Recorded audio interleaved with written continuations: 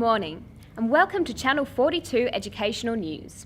Today we are lucky enough to have the Principal of Kingsford Public School to inform teachers about two successful e-learning resources that can be used in a primary classroom. So welcome Mrs. McCartney. Can you tell us what these resources actually are? Oh yes, hello, thank you for having me here, Lindsay. The interactive websites are called Bit Strips for Schools and BBC Science Clips. I will be using TPAC as a framework today, Lindsay, to explore these resources in depth. What exactly is TPAC? TPAC helps students choose the most appropriate and educational resource to be used in their classroom to benefit the needs of all students. Teachers are responsible for the content they teach, the pedagogy they employ, and the technologies they use to develop students' understanding of a topic or concept. Would you be able to start by telling us what Bit Strips for School actually involves? Lindsay, students love comics. It's an interactive website using comics as a way to teach and deepen an understanding of a topic.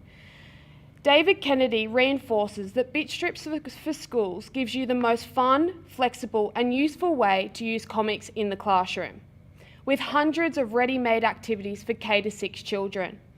Bit Strips for Schools has turned the students into kids who love to write at home and at school.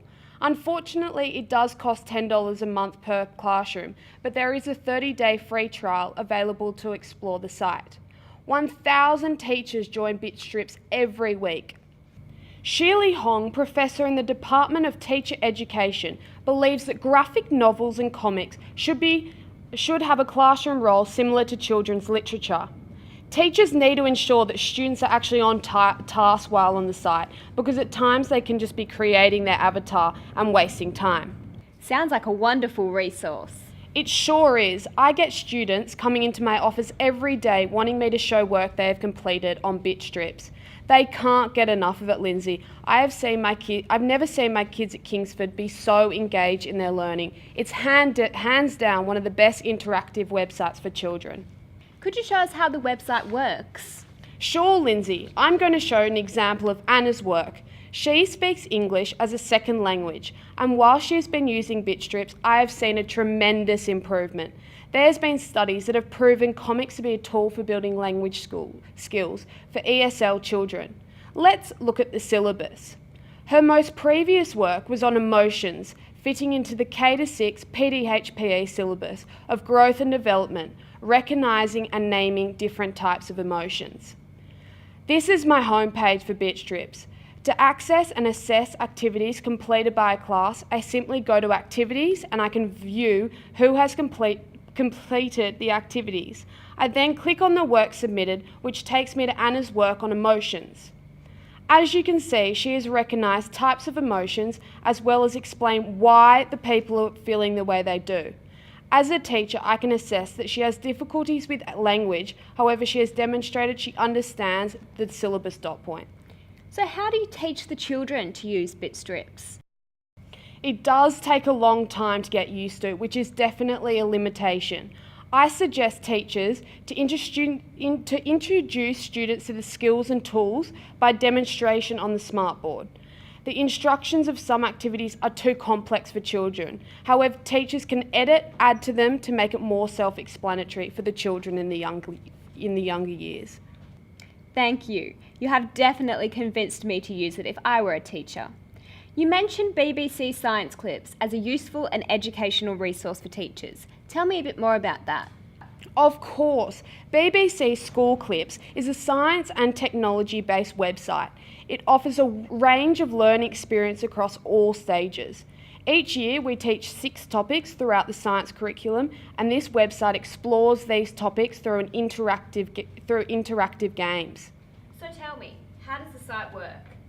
BBC Science Clips encompasses effective strategies and techniques to be used in the classrooms and other learning environments. It aims to ensure curriculum goals are met by incorporating KLAs, focusing on science, however.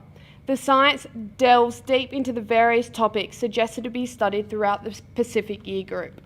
Sounds fantastic. Could we take a look at how to use the site? Sure. So the main page directs you to which stage you are teaching. Once you click on it, you are given a choice of 6 science topics.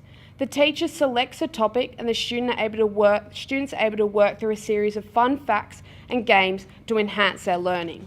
Looks like a fun way of learning science. So what are some advantages of this site for all the teachers out there?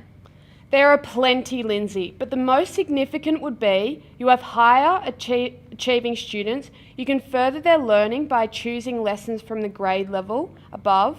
You don't have to work from top to bottom. Freedom to choose which topic you wish to teach first. It's audio equipped, meaning that younger children can understand without needing to read. And most importantly, you can play at your own pace. Wow, excellent. So finally, Miss McCartney, why do you believe using these e-learning resources would be beneficial in the classroom?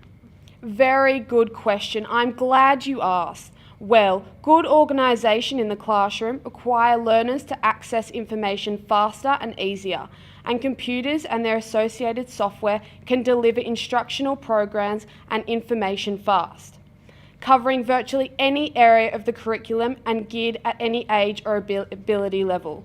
There is no doubt that the introduction of e-learning to primary schools has been one of the most significant developments for teachers and students so far in educational history.